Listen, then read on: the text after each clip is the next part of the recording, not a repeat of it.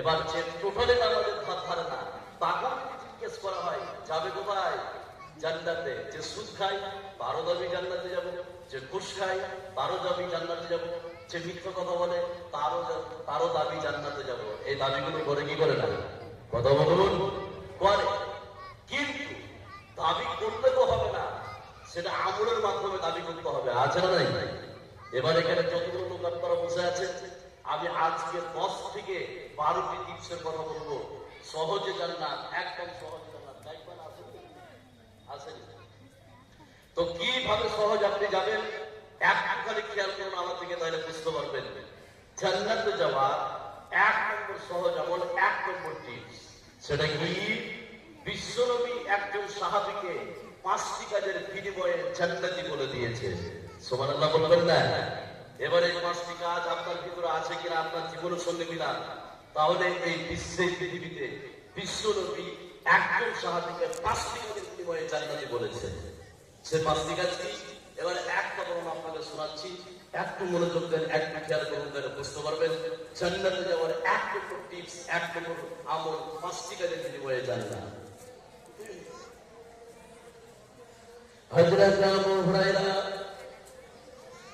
রাদিয়াল্লাহু তাআলা আনহু তিনি যেন হাদিসটি বর্ণনা করেন। হযরত আবু হুরায়রা বলেন, বিশ্বনবীর কাছে একজন ব্যক্তি আসলেন।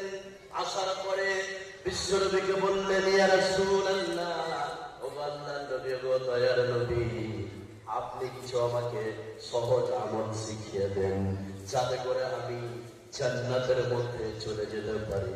সুবহানাল্লাহ। বিশ্বনবী বললেন, শুনে নাও। 1 নম্বরে বিশ্বনবী বললেন, আল্লাহর ইবাদত করো। 2 নম্বরে বিশ্বনবী বললেন, আল্লাহর সাথে শিরিক করো না। 3 নম্বরে বিশ্বনবী বললেন, ফরজ সালাত আদায় করো। 4 নম্বরে বিশ্বনবী বললেন, রমজান মাসের রোজা রাখো। 5 নম্বরে বিশ্বনবী বললেন, ফরজ যাকাত দাও।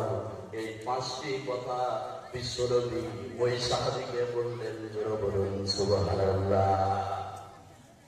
এই 5টি কথা শোনার পরে ওই সাহাবী বিশ্বনবীকে বললেন, ইয়া রাসূলুল্লাহ, আপনি যে 5টি কাজের কথা আমাকে বললেন, এর থেকেও কম করব না, এর থেকেও বেশি করব না। এই কথা বলে ওই সাহাবী বিশ্বনবীর কাছ থেকে যেতে শুরু করলেন। সুবহানাল্লাহ। ওই সাহাবী যখন যেতে শুরু করলেন, বিশ্বনবী উপস্থিত সাহাবীদেরকে বললেন, মান সাল্লাহু আইয়ানজুরা ইলা রাজুলিন মিন আহলিল জান্নাহ, ও সাহাবীর দল, তোমরা যদি জান্নাতি